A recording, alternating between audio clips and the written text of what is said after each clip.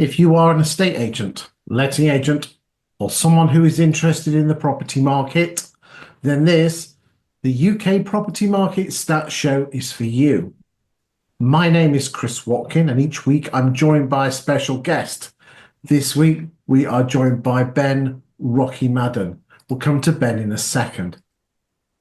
Why should you be watching this stats show? Well, everyone's obsessed about the property market. When then the land registry chucks some figures out, everyone's all over it. The problem is they're looking at house prices and deals that were done 8, 9, 10 months ago. The Halifax and Nationwide, they're looking at sales that were tied up 2 or 3 months ago. We're looking at house prices in the property market from last week. Therefore, if you want to know what's happening in the property market and get your finger on the pulse, then this show is for you. This week, I'm joined by Ben Madden. We have a different guest each week. Ben is a regular contributor to the show. He is the boss man of Finer Country in West London. Very well thought of in estate agency circles, of speaking his mind, and has a very mature head on some young shoulders. Although last week or a few days ago, he did jump into a boxing ring, hence why we called him Rocky. Adrian! So is that what you did, Ben? I think I was calling out for mum, actually. But you did it for a good cause, though, didn't you? Centre Point, really good cause. One of the charities that I really believe makes a difference, puts the money in the right place, helps the right people. Excellent. Ladies and gentlemen, Ben knows his stuff. He's a regular contributor to the show, absolutely star bloke, and an awful lot of people think lots of him, including myself. Ben, are we ready to have a look at the stats? Ready to rock and roll. Let's do it. Okay, if anyone's not watched the show, we are in our 3rd year of doing this. The show lasts approximately 1 hour. The first half talks about the UK property market last week, which was week 24, which, for benefit, is Monday the 16th of June, all the way through to include Sunday the 22nd of June. The second half of the show focuses on a town or a city. This week we are going to Fulham, and we will be analysing the agents in Fulham and comparing and contrasting them and seeing which ones are performing the best. You might not be from Fulham, ladies and gentlemen, so you might ignore that part of the show. What I would say is this: if you're an estate agent suffering from overvaluing, cheap fees from competitors, and you are the better agent who can perform better, then the piece of kit that we're going to show you is a fantastic bit of kit that any agent can have to prove that you are the better estate agent. So if you suffer from overvaluing and cheap fees, listen to that part of the show, because I'll be using a bit of kit that you can use, so if you have got the figures that back that up, to prove that you're better than your competition. Okay, Ben, without further ado, let's go and have a look at the UK property market stats, and you should just give me a thumbs up just to confirm that they are all there, mate. Beautiful. So the way this works, ladies and gentlemen, is that we obviously, I just spend a minute or so just looking at the stats, and then over to the Ben just for his thoughts.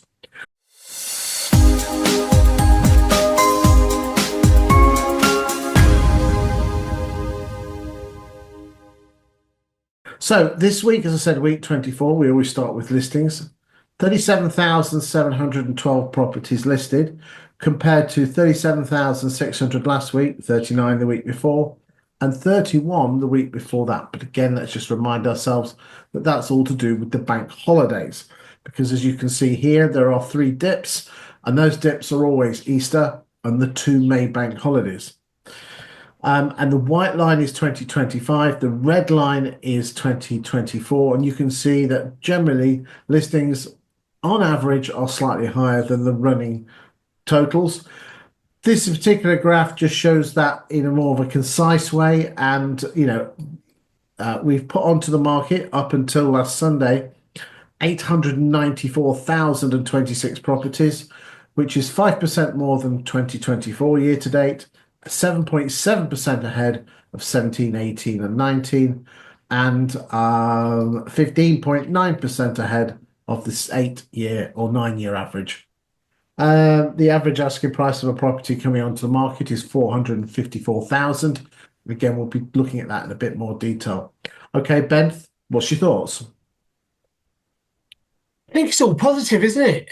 like it's just I don't want to be, You've not seen these, have you? You like to go. No, I'm coming in hot. I don't like to see things in advance. I, I mean, I've been on a few times this year, and I'm sounding a little bit.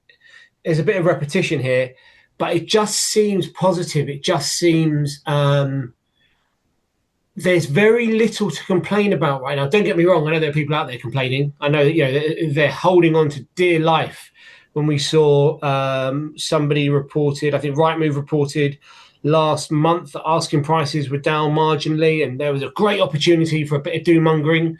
But I think things look pretty good. As an agent, I'm very positive about the stock levels and the demand and what we're seeing. Well, you've got to have them to sell them. So let's go and have a look at price reductions and then subsequently sales as well. And you're right, because we have a different guest each week, ladies and gentlemen, and it does feel a bit like Groundhog Day. But that's a good thing, because if we had a market that was all over the place, it creates uncertainty, and that's the last thing the property market needs. And again, just before we move on, I find it fascinating that the shape of the graph is always the same. It's just whether it moves up or down with the tide, depending on what's happening in the market.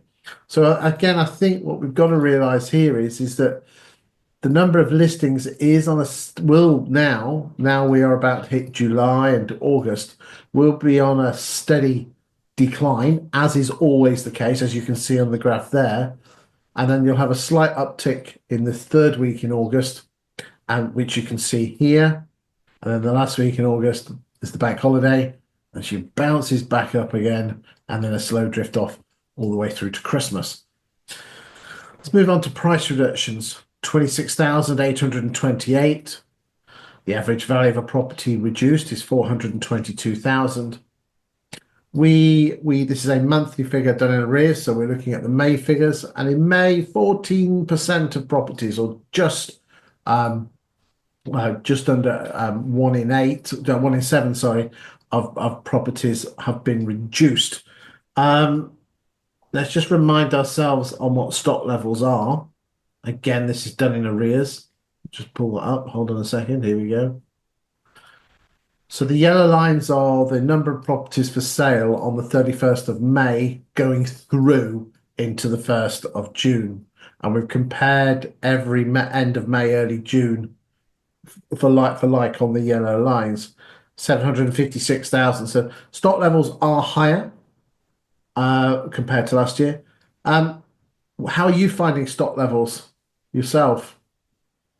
So I guess, it's worth saying before I give my commentary on our own business, we're a low volume model. We're a low volume, high touch point business. We work at a high price point. And so we're not, we used to be traditional high street in our old business, and that was volume. And we had just great market data to understand where we were, where we'd been, and where we were going.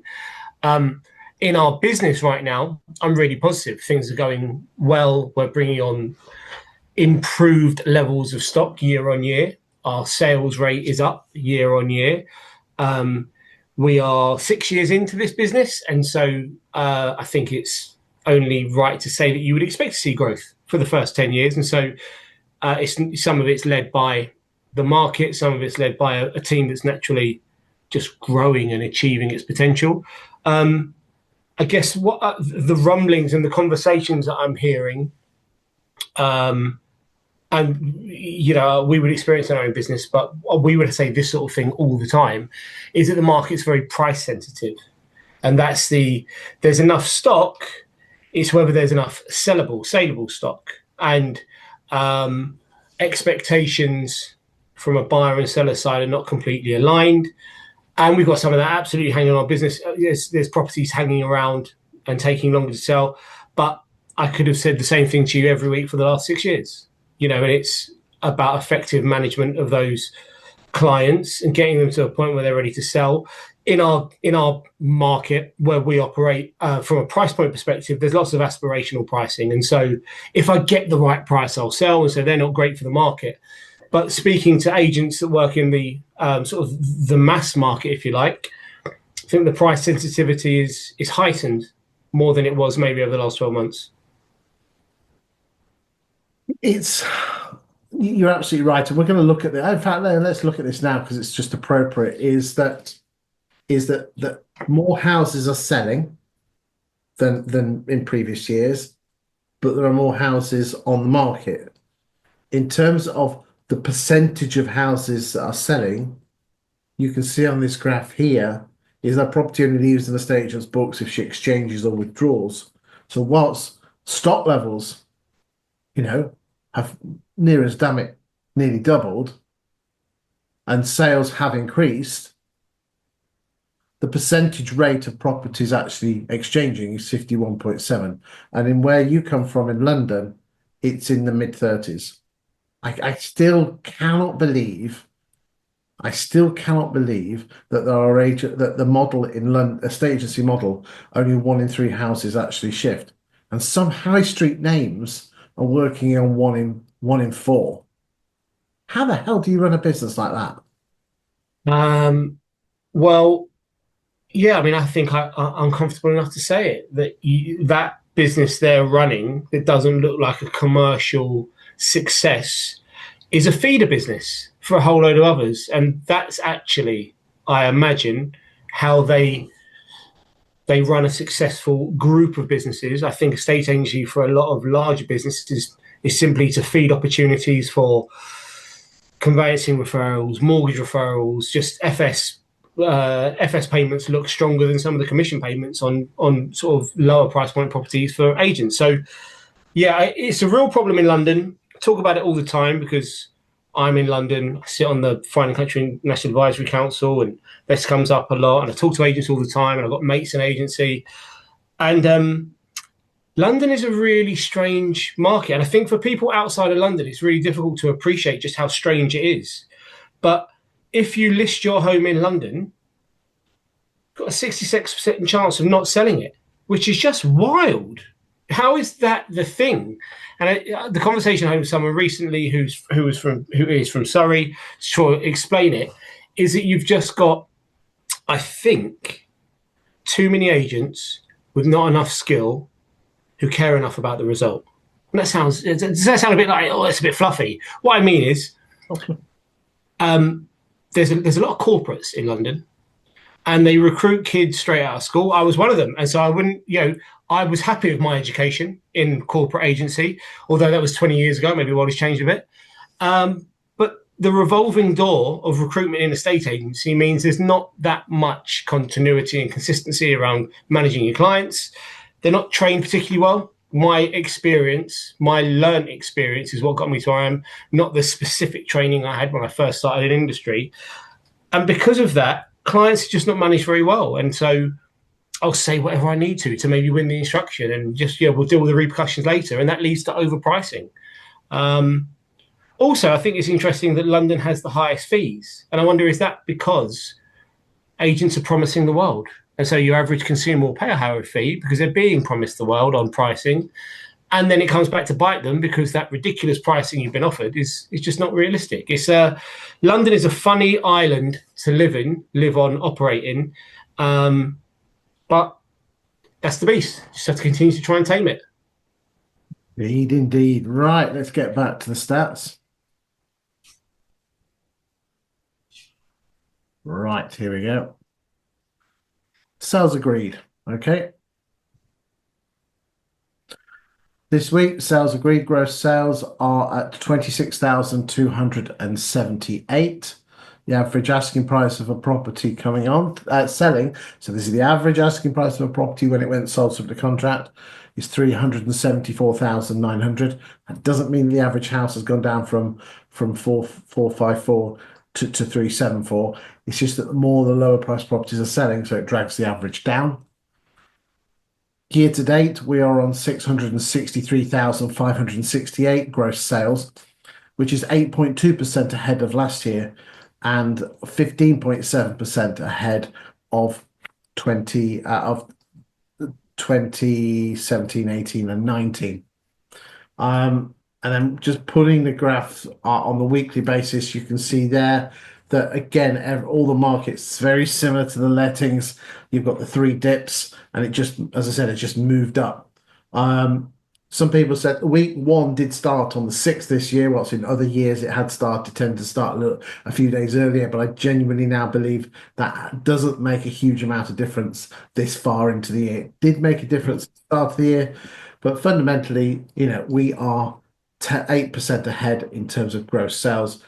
And a nice little uptick from last week, because last week it was 28,900, and this week, as I said, it's 28,300. So an uptick. So when you're comparing apples with apples here, when you consider that, in 20, well, you can see it here. There you go. I mean, it's just nice to see that, the long-term average is around that 24, 25 mark, and we're at 28. So therefore, we're selling on average 4,000 more homes. But again, let's forget here is that listings are up. Listings are 15%. Here, I've just looked at the stats. Listings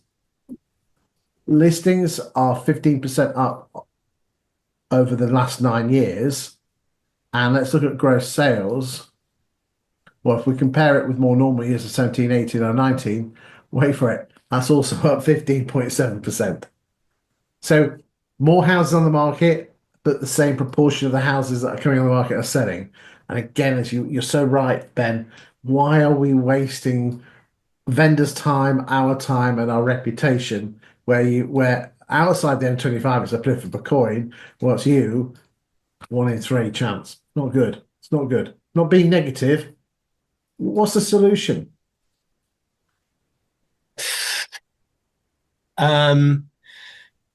Honestly, this sounds really negative. I'm not necessarily sure there's an actual solution. There's no silver bullet. I don't think ROPA or anything in the way of qualifications will have enough of an impact for people to start behaving, more morally correctly. When you've got a third of all agents in this country based inside the M25, it's just a lot of volume. It's a lot of people to have to do, a lot of agents to deal with, and then maybe there were just too many agents trying to share too small a piece of the pie. What I will say, though, you're right. You don't want to be negative. I would view the current market we're in as the best opportunity in 10 years. So I'm a bit cliche, things like cream rises to the top. I spent 20 years trying to, motivate and lead a team to be wildly successful. And when things get tough, I think the opportunity presents itself. And the last few years, sort of come out of COVID, strange market conditions, opportunities. What we've got right now is challenging market conditions, but loads of stock.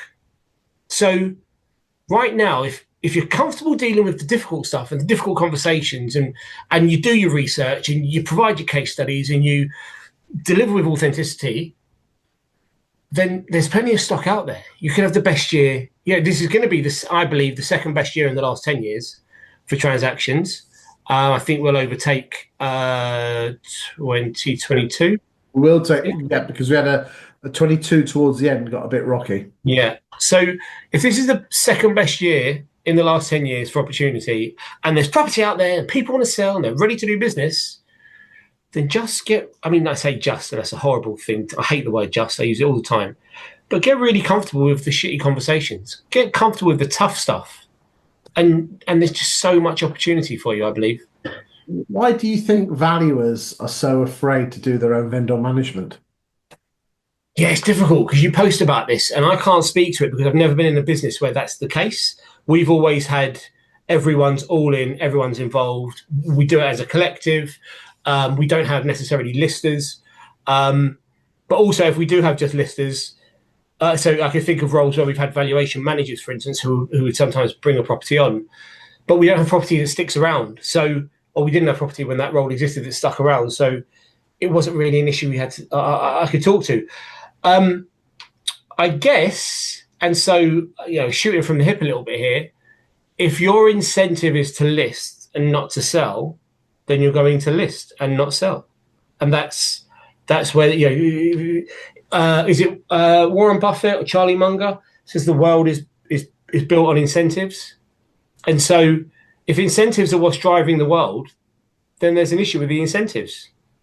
Well, I mean, what is particularly interesting, ladies and gentlemen, is that I published a stat. I looked at the top 100 agents by volume and looked at their exchange to listing ratio, and then I looked at the top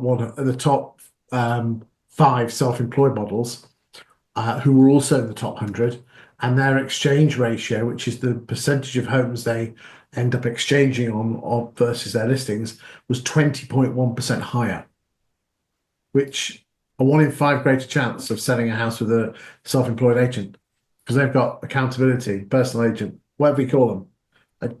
Again, I think when you split the neg roll and the value roll up, you break that you put the house on the market with the value at, and then you're left with floss most of the time. Nothing against floss, but if you're straight out of school, not been given your training, how the hell are you going to get some price reductions? Anyway, I get back off my horse. Let's get back on. We've done the sales, sell-through rate.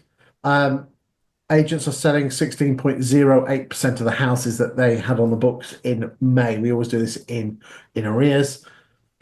Average listing price versus average sale price. We talked about this earlier on. If you recall, let's just have a quick look. That the average listing price 454, the average price of a property coming on the market 374. There's always going to be a gap, ladies and gentlemen. It's the percentage gap that's the important bit. Let's just have a look at a quick snapshot. Last week it was 21.2. This is again can be a bit spiky because it's a week in isolation, as is this. But again, you can see here that generally, and again, if we're looking for better trends, the red line is the average listing price, and the blue line, the turquoise line, is the average asking price of the property that goes to sale agreed. That percentage difference is 21%. That should be 16 or 17. Now, interestingly, I don't know if you've noticed, but every summer there's always quite a drop in July, so July and August before you lot from London come and put their houses back on the market in the last week of August, first week in September. That's what that jump is there, and that jump is there. So I suspect that the average listing price will be coming down throughout July and early August, and again that jump there, ladies and gentlemen, is just 4 or 5 thousand homes in West London just putting their house on the market. The London market makes such a huge difference when it comes to averages. Any thoughts on that before we go on and talk about net sales? No, I mean it is interesting the we've got the differential that there's more stock on the market, and yet the gap between asking and sale agreed is growing, which sounds almost counterintuitive, doesn't it? Well, no, you've got more houses coming on the market and therefore they're more expensive, but the lower price properties are the ones that are getting paid on. Yeah, okay. See it. These look good in your window. These are the ones that pays the bills. Mm. Okay, let's move on to sell-through rate. Last week we were on 23.23, slight uptick from last week, not much. The number of fall through 6,570. There's a slight upward trend on that, but again, let's not look at that's numbers. If the number of properties in the sales pipeline, let's just remind ourselves what the sales pipeline is. There's more properties in the pipeline, more are going to fall through. So, for the benefit of viewers, we always do the percentage, which is, as I said, this one. We look at the long-term average. And again, that's pretty standard around that 23, 24 mark. Anything on fall throughs before we go on and look at sell agreed net sales? No, I mean I like the consistency on fall throughs. Obviously we'd all love to see it reduce, but not up. So that's a positive. Good. Right, let's move on to net sales, gross sales less fall throughs for the week. And you can see there that we're having a cracking week year to date. We are 6% higher than we were year to date last year, and 11.2% higher of 17, 18, and 19. Those are the raw standalone figures for week 24. Again, it's just nice and steady here, mate, isn't it? Quite boring. It is, yeah, steady Eddie. No complaints. Okay. So again, it's all about opportunities. You've almost got Goldilocks listed, a market where there's not too little, because let's be honest, in 21, where there was hardly any houses on the market, it was really hard work to get people to move. They've got opportunity, but it's all about pricing. And we could do that to the cows come home, mate, couldn't we? Yeah, I mean it's pricing, it's client management, it's research, it's understanding your market, it's it's being prepared to be spiky. It's prepared to challenge the consumer and not just accept their position because they are always going to be aspirational. Um, yeah, it's not easy, but what is that's worth it? I It's mean, if we're earning 20 grand or 30 grand on a fee in London, then I'm sorry, you've got to have to earn it. absolutely. Right, moving on. Gross sales as a percentage of listings and price changes as a percentage of listings. Some of you like those graphs. Let's now move on. Each month we track the number of exchanges and the number of withdrawals. Exchanges are the red and withdrawals are the yellow. And again, you can see there. That will be updated when we get into July. We'll have a quick just refresh because some of the data does come through, but takes a while to come through. That's a good one just to keep an eye on. We've talked about percentage chance of selling your home. Done that one already. Just do these. You like these graphs? I think it was your suggestion. This particular graph. That's Mhm. that's the number of properties that you have. Those are the actual numbers. So the yellow is the number of properties you have in your for sale drawer, and the green is the number of properties that are in your sales pipeline. And again, I think you suggested that we put that in a proportional way, which again just gives you a flavour of what's happening in the market. Mhm. Anything on that before we talk about pound per square foot? No, let's do it. There's the pound per square foot. For those of you that might have missed the show last week, I was asked a couple of weeks ago on YouTube. You keep banging on about the orange line and the fact that it matches the land registry with a 5 month delay. Could you prove that? Well, you know me, I do like a nice challenge. So therefore, the red line is the land registry, and the blue line is the pound per square foot at sale agreed, pushed forward 5 months. And you can see there that the correlation is almost identical. It has a Pearson coefficient, oh, I can never say that word, of 0.98, which means it's 98% perfect. So it just shows you to follow the blue line throughout. That will show you what will happen to price reductions. And I think, as I said, why is this important? If you follow the show, we'll tell you where we are, and by knowing where you are, you can become across as the most knowledgeable agent in your town. Okay, done that. Average rent figures, and again, you'll notice all of them are the same shape, apart from inner London, where you dropped because everyone left London in 2021 but came back. We've done that graph about um, the number of rental properties available, which is the red line, versus the UK average rent. Okay, so you can see the number of average rental properties has drifted down slightly, whilst the yellow line, the rent has gone up. Although notice, Ben, is that the rents have kind of stabilized in the last 12 months. Yeah, they have. Yeah, yeah. But, and again, ladies and gentlemen, what tends to control rents, 80% of it is tenants' wages. If you can map rents very closely with average salaries. Works treat. Average rental properties, and again, we've just got a couple of graphs. Got a graph there that works. Inflation adjusted rent. Those are the rents that are, in London, it's 11.1% cheaper in real terms to rent a house in London than it was in 2016. Shocked you, didn't it? This one blows people's minds. Yeah. And that is, let's just remind ourselves what average rents are. See, this is the important bit here is this for London. So the red line is 2016, and then each subsequent year goes on. If you look, most locations, it's just a nice steady up the mountain. What happened in London was quite unique. There's this thing called COVID in 2020, awful thing. Basically, people left London, and that means that the average rent went from around 2,800 to around 2,200, 2,100. You don't get that in any other location. So when I was doing a buy-to-let evening for one of my clients, someone says, my son has seen an average rent increase of around 40%. I said, I bet you a pound to a penny he moved in 2021, 2020. And she said, how do you know that? Because the rents came crashing down and then bounced back up. If you'd have just done what everyone else had done, it would have been that sort of Mm. normal level there. Okay. Anyway, let's not bore the ladies and gentlemen to death. Again, that's the inflation adjusted rent, and then this is the actual growth in rent. As you can see there, East London 24.1, and there you go. Once we take inflation off, 11 minus 1.11, so we can say in inner London, average rents are 11.1% cheaper in real terms compared to 2016. Now it doesn't feel that way, but again, you can't argue against fact. Doesn't matter how you feel, this is the fact.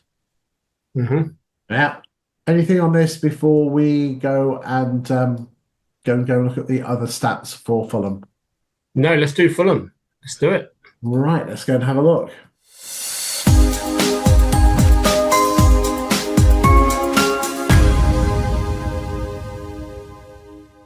Ladies and gentlemen, we are using a bit of kit called Insight. Insight is a platform from the firm 20EA. 20EA have a number of different platforms that do various different things with data. Insight is their Rightmove Plus version of data, but this is Rightmove Plus on steroids with glitter balls and a couple of rockets attached to it. It is truly amazing. The insight that it gives is second to none. There's nothing in the market that comes anywhere close to this. Okay. The purpose of it is that they take all the data from the portals, they take the data from individual agents' websites. They have a mother firm called 20E Convey who deal with most of the conveyancers in the UK. So they've got addresses and they're cross-referencing it. They're dealing with new homes builders. They're dealing with anyone dealing with the process. They follow the data and create something which is about 98 to 99% perfect. Okay, I've done my homework. I've cross-referenced it against big agents, small agents, and everything in between. I actually gone and found out what the numbers were for that particular metric, and it's almost so. It is brilliant. Okay, most of the bigger estate agents you are watching this will have this data at head office level. So why don't you pick up the phone to your area manager so they can actually earn their money? Oh, did I say that? Apologise. Not really. And then those in the smaller firms, you can actually buy this. I'm not being paid to mention this bit of kit, but I get given it to you for free, and therefore that enables me to do the first part of the show and then pick a random town this week. As I said, it is Fulham. If you would like to buy this piece of platform, then you contact 20EA Direct and say it's Insights. Do not mention my name. As I said, I'm not on commission. And like I also said, if you're an estate agent not from Fulham and you do want this bit of kit, then as I said, I think they have 3 levels. Well, actually, they have 4. They have a free version called a freemium version, which only takes about 3 months. They have a paid for version where you can have up to 10 postcode districts, which is not a lot of money, and it really isn't, in my humble opinion. And then there's a regional one, and then there's a national one. We're looking at the national one, but if you had this on the town or 10 postcode one, you would get exactly the same data as I would, just limited geographically. Okay, ladies and gentlemen, as I said, my daytime job is that I'm a content writer for estate agents. I create content that attracts landlords and vendors to agents by talking about the property market. And that means that an awful lot of data comes across my computer screen. This is the 3rd year of doing these shows, and we just started. I think, Ben, you might have been the first agent where we actually did this. I think you were, if memory serves me well. And I think so too. Yeah. And we just basically picked a random town or a city and just analysed the agents using the bit of kit. Everything we give is of strict personal opinion. If you've not done particularly well, we won't call you in any way in terms of being nasty. But at the same time, if we see something we like, we will highlight that one to you. Without any further ado, let's go and have a look at the stats. Okay, you ready? Let's do it. Right, so we are looking at Fulham. So let's just remind ourselves what the postcode district is, and we're looking at SW6. This bit of kit allows you to actually go down to postcode sectors as well, which again is amazing. But for the purpose of this, it's just SW6. We're looking at between the 1st and the 1st 2020, all the way through to include the 23rd of June 2025. We'll start off with listings here. We'll then move on and look at stock levels. And then once we've done stock levels, we'll go and look at the sale agreeds, exchanges, fall throughs, and withdrawals. Okay, so generally, in terms of the market, the average price of a property coming onto the market since January the 1st, 1.18 million. I mean, that is big money, mate, isn't it? What does that get you in Fulham? That'll get you a three bedroom apartment. What about those Victorian terrace houses? On A little bit more than that, just a little bit more. does it begin Um, with you could spend 6 million on a nice house in where would we say in the Alphabet Streets, which is a lovely little patch, or yeah, there's a few very very lovely areas and very very high price points to go with them. I live in Grantham in Lincolnshire, and 1.5 million gets you a 15 bed mansion with acreage and a train that gets you into London King's Cross in 1 hour and 9 minutes. Yeah, I mean, you're not getting acreage in Fulham. In fact, you'd be lucky to get 6 by 6 as a garden. Crazy, crazy, crazy, Yeah. crazy. But again, it's a different world. It's a completely different world. Let's go and analyze the different numbers. So what we know is this: since the 1st of January 2020, 14,986 properties have come onto the market with an average pound per square foot of 1,028. The average price is £1.181 million. Let us see how all the agents are performing. We're just going to do the whole market to start with. We'll look at the posh end. And what we'll also do is have a look at the last 12 months to see if there's any new people coming in which won't be picked up on this. So immediately we start off with Chesterton's, and we can see there that their market share for residential sales has been on the drift.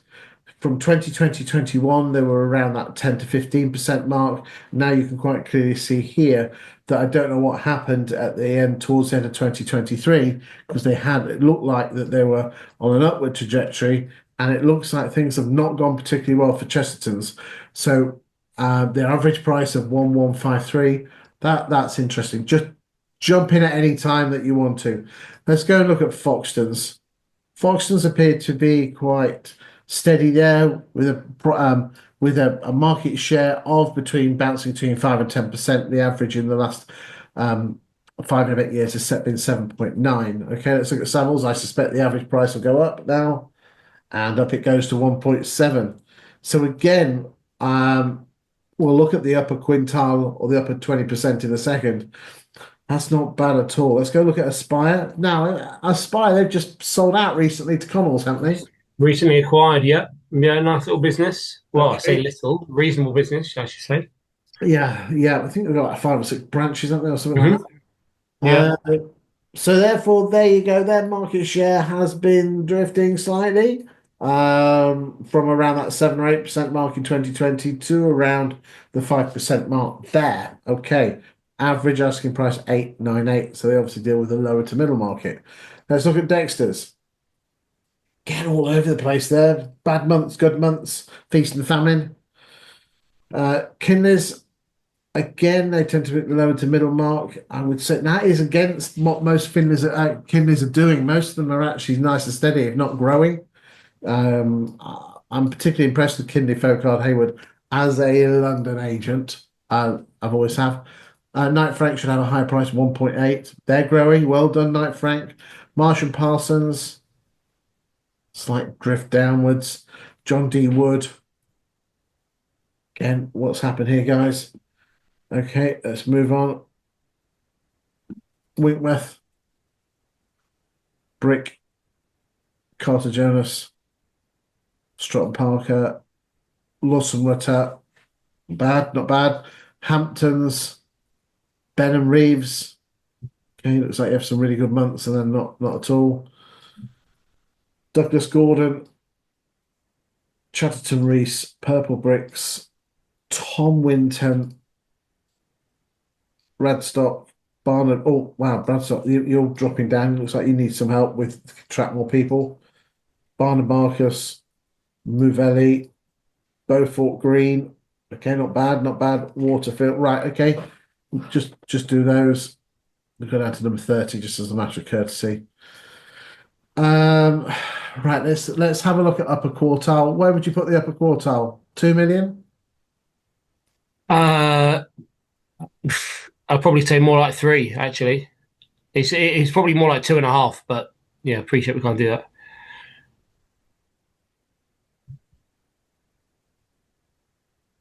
Okay, so we're doing 2.5, and now Savills and Knight Frank seem to be the agents of choice. Um, Looks like they've got that pretty sewn up there. Although, if you're looking at it, it looks like Chesterton's give their run for money. Again, it's very rare for a number one volume agent, which Chesterton's are, to also be number one in the prime market. There's only one location in the UK, and that's Exeter. Right. Worth considering with Chesterton's, they've actually got 3 branches in Fulham, which is quite significant coverage. Yes. Yeah, very impressive dominance, but yeah, across 3 teams. Right, let's just see if there's anyone coming up and again, nothing screaming at me there. I mean, isn't it interesting that Chesterton's the number one agent, 9% market share, but have only put on 140 properties on the market. Fascinating stuff. Okay, there's no one there new. There's no new XPs or anything coming up on the pipeline there. I cannot. Let me just have a quick look. No. So it looks like it's primed for self-employed estate agency. But again, it's going to be tough on market to get in. Okay. It's when I first started out in agency for the firm I did, Fulham was called the town where estate agents go to die because it was so competitive. It was so much going on there, so difficult to break into. I'm not sure if that's true anymore. Well, I mean, I would say if you asked every estate agent, they'd say that town, their town is that town, wouldn't they? And Yeah, so some would, I think. no, Yeah. no estate agent's ever going to say my town's easy. And if I had £1 for every time someone said that wouldn't work in my town. Oh, that classic. Yeah, I mean, there's a. I'll give you that one. But actually, we used to describe. So our old business was physically located in Brentford, and I say quite regularly how lucky we were actually to find ourselves in a position with such a lack of competition and enough market to go after. We were very in a very privileged position, I think. But Fulham is ferocious. I will give you that. Okay. So let's just look at stock levels, and you can see here that Chesterton's were number one and Foxton's were number two. It looks like Foxton's became the king daddios when it comes to stock between June 21 and April 22, and the gap's been getting bigger. Although, again, stock levels of Chesterton's is on the wane. Interesting. Let's just have a quick look at Fox's. Again, stock levels don't mean that much. So again, looks like what did Fox's do in 2021, early 22, saw that meteoric growth, and then what's been happening since. See, that's interesting because Foxton's in London itself has been growing quite well in the last couple of years since Guy's been at the helm. But it does look like there is that Guy Love has not been spread over in Fulham. Not criticising at all, just looking at the stats. Let's just remind ourselves what stock levels were, number of properties on the market. You can see in 2020, 83 properties were on the market. That went up to 154 in 21, and then as I said, we're presently running around, as I said, that 127 mark. Okay, let's just that's there you go. So not a lot of properties on the market. Do you think, Ben, there's a little bit of off market going on in Fulham that we're not aware of? Yeah, I would describe Fulham as a popular market for selling discreetly. There's lots of activity away from the portals. We experience it ourselves quite a bit. As I said, we cover 13 postcodes in and around West and Southwest London. There are 2 where sales predominantly is not the right choice of term, but a lot of transactions happen away from the portals, and that would be Fulham and Chiswick. And I would say that's because they are the most affluent areas we cover, and people are a little bit more guarded about what they do and what they want to do. And it's also become a bit of a technique, actually, for a lot of agents to try and win business, to offer something slightly different. And it's popular in those 2 areas for sure. Okay, let's now move on and look at the performance of the agents. Okay, so we'll just pull this in a second. There we go. Give me a second.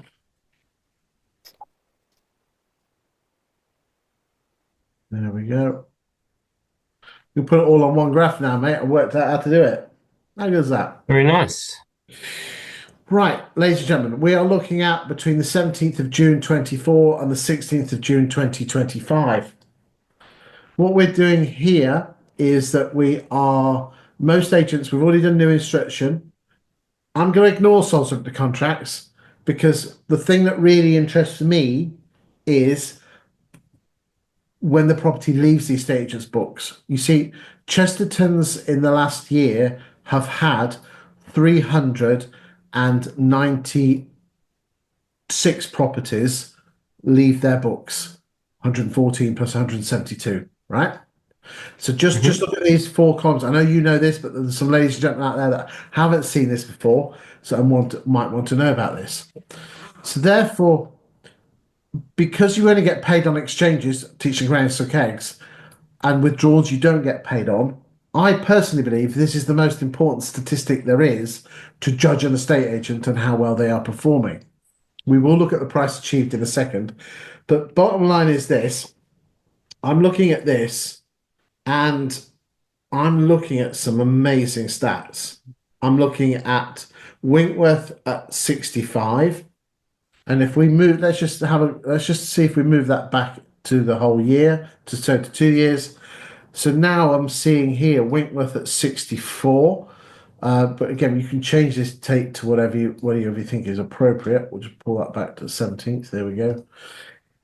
So really, what I'm seeing here is I cannot believe the gap. You see, Chesterton's, you for every 100 houses you're putting on the market, you have a 39.86% chance of getting the sale through. The average in Fulham is 36.86, which is about the London average. So you could say Chesterton's, yes, you are slightly above the average. You have Foxton's at 23.56. So therefore, by putting your house on the market with Foxton's, you have a less than 1 in 4 chance of selling your home. Savills are at 51.53, Dexter's at 27.1, Knight Frank at 37, Kinley's at 38, Aspire at 64. We're going to need to find out whether they'll keep that figure. Because what you tend to find, and again, for those in senior management at Aspire, what are you going to do to keep that figure up? Because normally, I've been doing this show now for 3 years, is that number in corporate estate agency slips.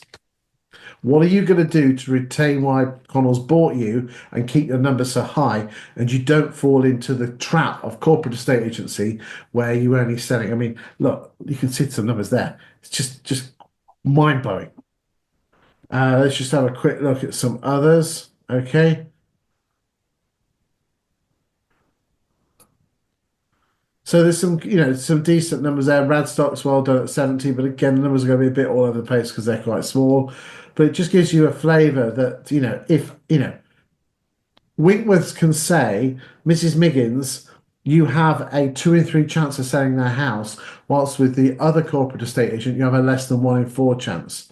So therefore, if I was selling my house, I would seriously consider Winkworth and Aspire to be the agents that I should be looking at. Carter Jonas at 65. Well done, guys. But Chesterton's and again, I must say, great stuff with Savills, especially in the upper price range. And we can change the price band here so it only reflects the posh agents. Savills at 51, dealing with 1.8 million houses, is exceptional, truly exceptional. In fact, let's have a look just for what's name and giggles. Okay, there we go.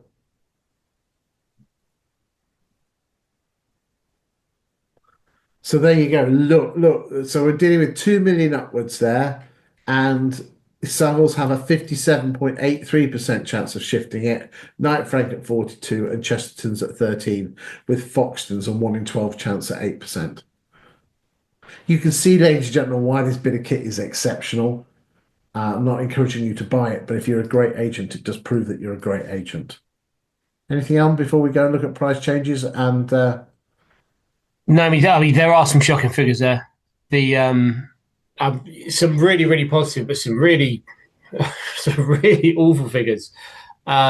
Which is a bit of a surprise because the likes of Foxtons are getting a lot of airtime in the trade press for doing great things. You mentioned it earlier on, since Guy's back at the helm. But actually, on the ground in our local areas, we're not really seeing that performance.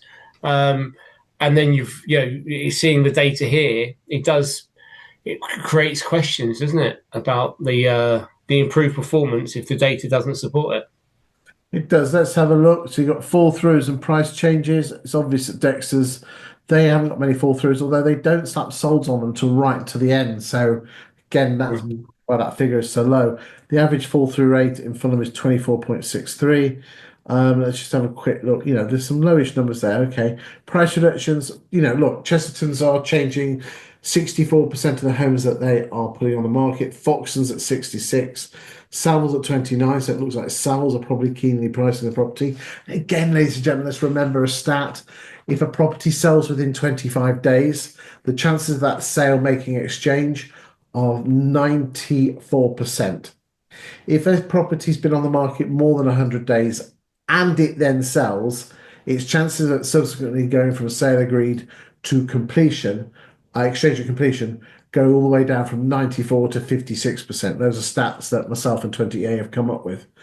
So we'll just have a I don't quick. want to get hung up on it here, but Foxtons reduced 66% of their properties and are still only exchanging on 23%. That is wild. You can see some numbers here, ladies and gentlemen. It's some of it is good and some of it's absolutely atrocious. So you can see if you're a great agent why we do love this bit of kit. Okay, let's move on. This is the overvaluing screen. It's quite complicated, so stay with me on this one. So 28 have looked at your last 2 years worth of exchanges and therefore then put you in order of the number of exchanges. And of the properties that when the property came onto the market, this is this first line here, original listing price overvalued percentage from AVM, automated valuation model. Right, what's happening here, ladies and gentlemen? So of the properties that have exchanged contracts with Chestertons in the last 2 years, of those, the average asking price of the properties coming on the market was on average 1.75% greater than what 20EA thought the house was worth. Savills at 1.24, Foxton's at 2.54, Dexter's at 3.39. So again, in terms of the agents that are overvaluing, Foxton's and Dexter's in first place, Chesterton's and John D. Wood coming in at an equal third place. You've got some low ones there, Martian Partners. You've got, Winkworth's particularly good with their numbers, and isn't that interesting? They're only valuing by 0.65 over, and Aspire 0.97. They were giving Winkworth's a run for their money. So the average, as I said, overvaluing it in the last 2 years, 1.61. Right, okay, let's now move on. What price did you achieve from the original asking price?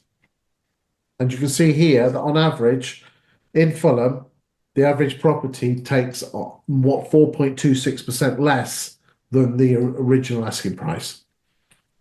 We did say some of these agents did overvalue. So therefore, you can see there that Foxtons are putting the property on the market at 2.54 and taking on average 7.15% less than the original asking price. Whilst Winkworths, they're putting the property there. If there's nothing more appropriate to show you why overvaluing doesn't work, Winkworth's keenly priced at 0.65 and are only being clobbered 1.47 off. Now, Mhm. problem here with statistics is most people do not like them. So what 20EA then do is they then say, right, if everyone put on a £130,000 house, what would each agent achieve? And you can see here that the numbers that are up to, what again, we talked about Aspire. Aspire achieve on average £19,785 more for their homeowners. And look at Winkworth's, £24,000. So therefore, by keenly pricing the property on day one, They're not being clipped on their price. And because they're, if you recall, we talked about the properties going through, if it's been less than 25 days, if a property sells quickly, it's more likely to get through to exchange. And if you've got a bit of fighting for it, a decent price as well.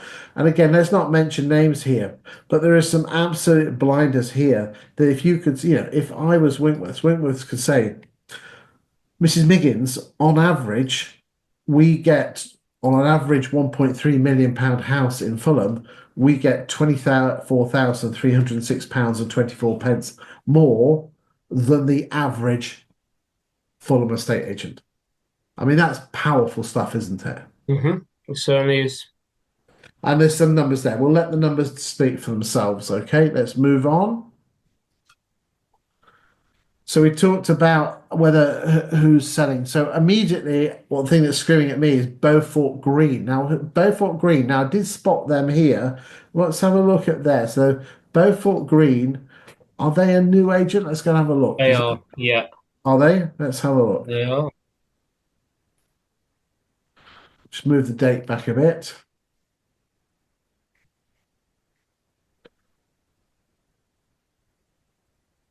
Okay, so looks like they had a good start because they started in September. Might have just been a bit of a honeymoon period, but they seem to have settled down around that 5-6% mark. Okay.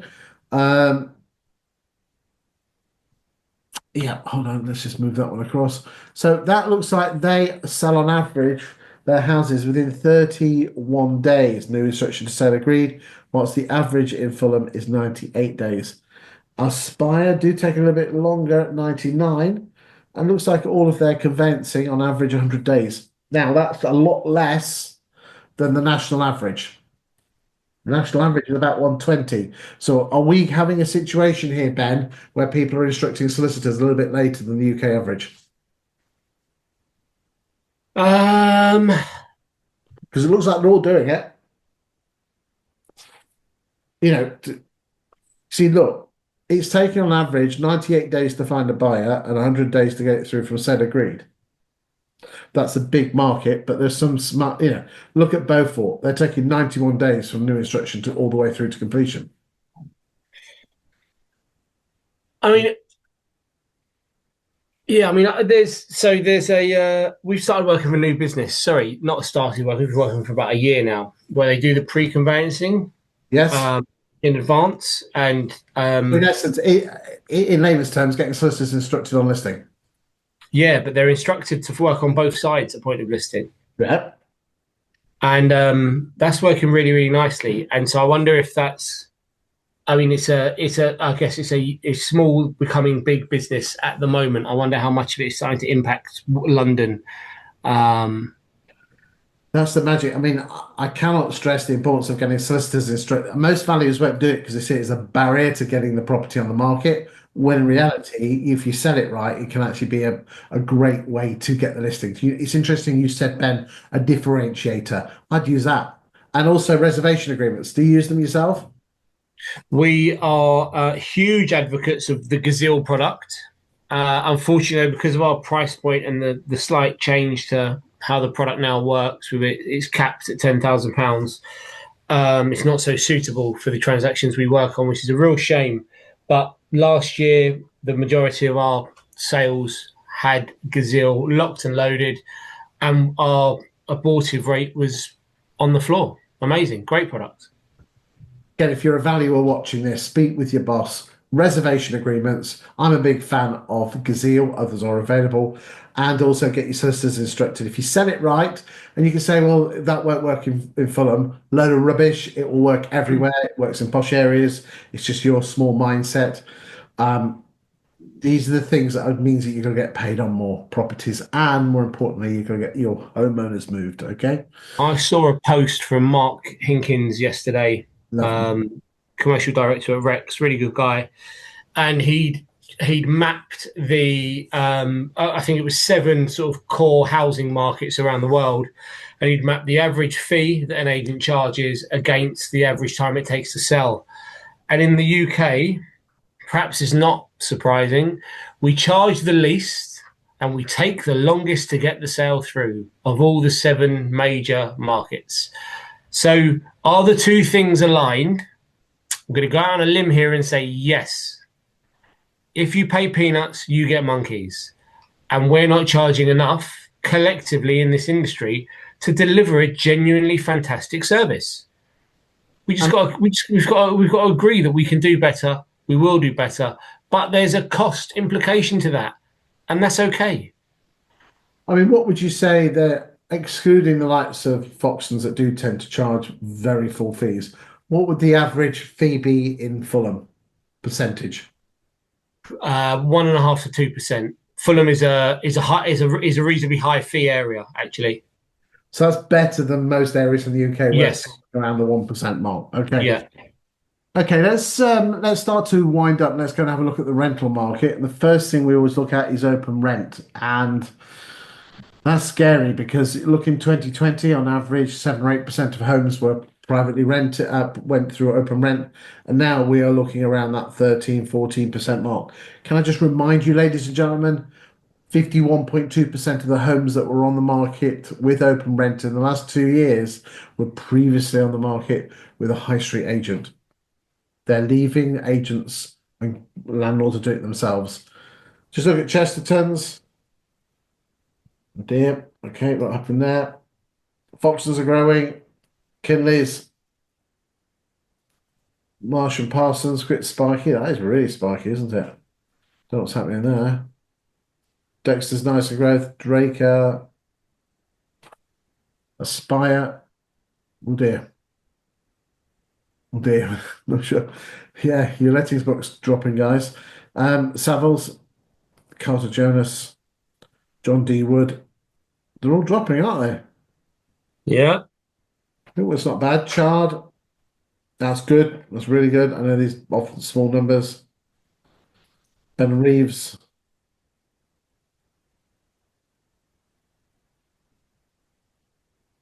Okay, Douglas Gordon. I mean, they've dropped off as well.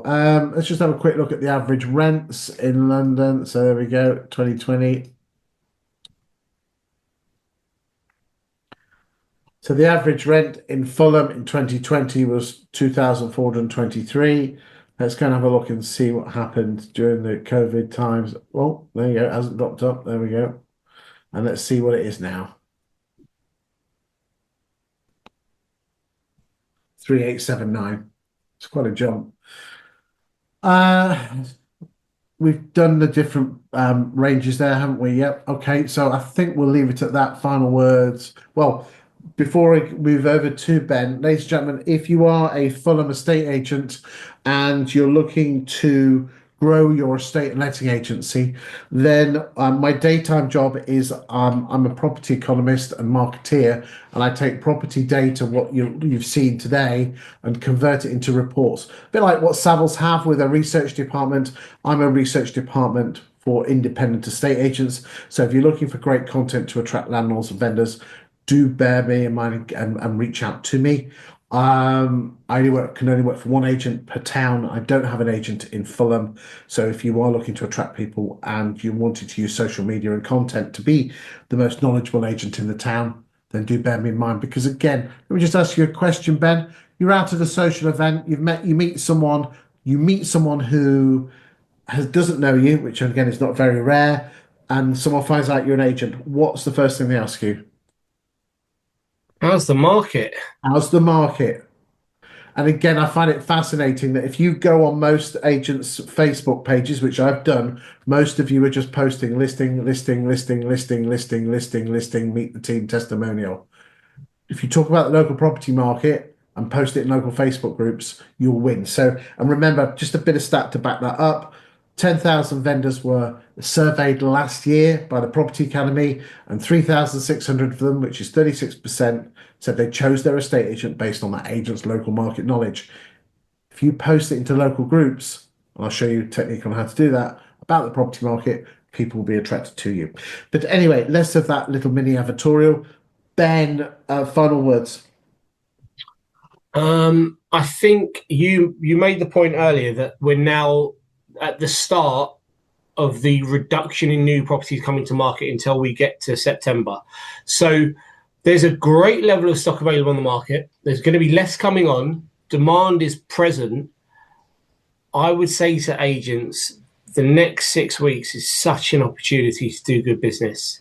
You can get out there, you can speak to your competitors' clients more than they're speaking to them and win some great opportunities. I feel like we're going to probably be approaching, or we're going to be looking at a changing or a shift in market conditions and looking at where we were maybe sort of pre-COVID, where so many properties were sold by the second agent. I think with the amount of property currently on the market and people may be reluctant to have the difficult conversations and reduce the price, second agent, it might be time to shine. So get out there and have those conversations. Exceptional advice there, Ben. If any agent's looking for some advice on how to get price reductions, if you text me on the following number, I'll send you my 5-step plan on how to get price reductions, because you get rid of the emotion first. And once you've got rid of that, then you can go for the fact. And that works really well. My telephone number is 07 950 147572. If you just text me the word price reduction, I'll send you that script and the details. Ben, thank you for your time today. Exceptional as always. I will see you very soon at the next Agency conference, and we'll see you next week for week 25 of the UK Property Market Stats Show. See you soon.